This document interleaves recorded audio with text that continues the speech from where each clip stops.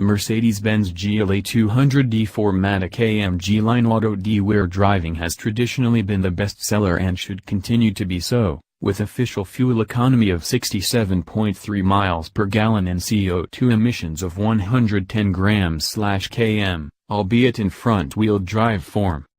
This year's revisions start with a new front grille, headlights and bumpers, plus interior trim upgrades. They also include different alloy wheel choices and a new paint option, Canyon Beige. All GLAs now come with keyless entry and start, a reversing camera, Apple CarPlay and Android Auto smartphone mirroring, and Mercedes's 30mm raised off-road comfort suspension chassis as standard. Two special edition models, White Art and GLA 45 only Yellow Night, are now available. To drive? Well, this won't seem the most professional start to an auto car review, but we're not 100% sure. You see, while every UK GLA will come with that 30mm raised suspension, aside from the GLA 45 which gets an AMG-specific sports setup, none of the test cars available to drive had it fitted. They did, however, have adjustable dampers, 595 pounds. Although those will only be available on cars in AMG line trim. Still with me?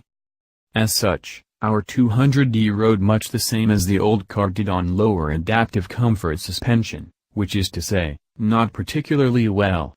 Even without the extra height in place, our GLA felt vertically loose over crests and into dips in comfort driving mode, and although it was better controlled in sport mode, it suffered a more fidgety secondary ride as a trade-off. Something we can say for certain, however, is that Mercedes-Benz's 202.1-liter diesel engine, despite being a little long in the tooth, doesn't want for performance.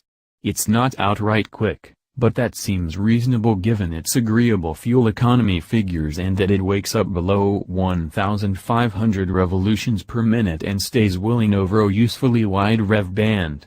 That its 7-speed gearbox is a good companion helps, too. Less acceptable is the amount of noise and vibration it generates at high revs, which frustrates, as does the noticeable wind and road noise at speed.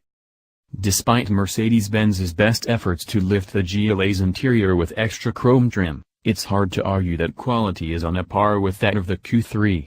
The GLA's interior is now more interestingly styled and quirkier to look at, yes, but overall the plastics look and feel consistently cheaper than the Q3's. However, Mercedes-Benz's color infotainment system, which is on a 7.0 and screen at entry-level SE trim and 8.0 and beyond, is far more competitive, featuring crisp graphics, simple menus and the intuitive Apple CarPlay and Android Auto. With no changes in the GLA's dimensions, interior space continues to fall short of rivals, too.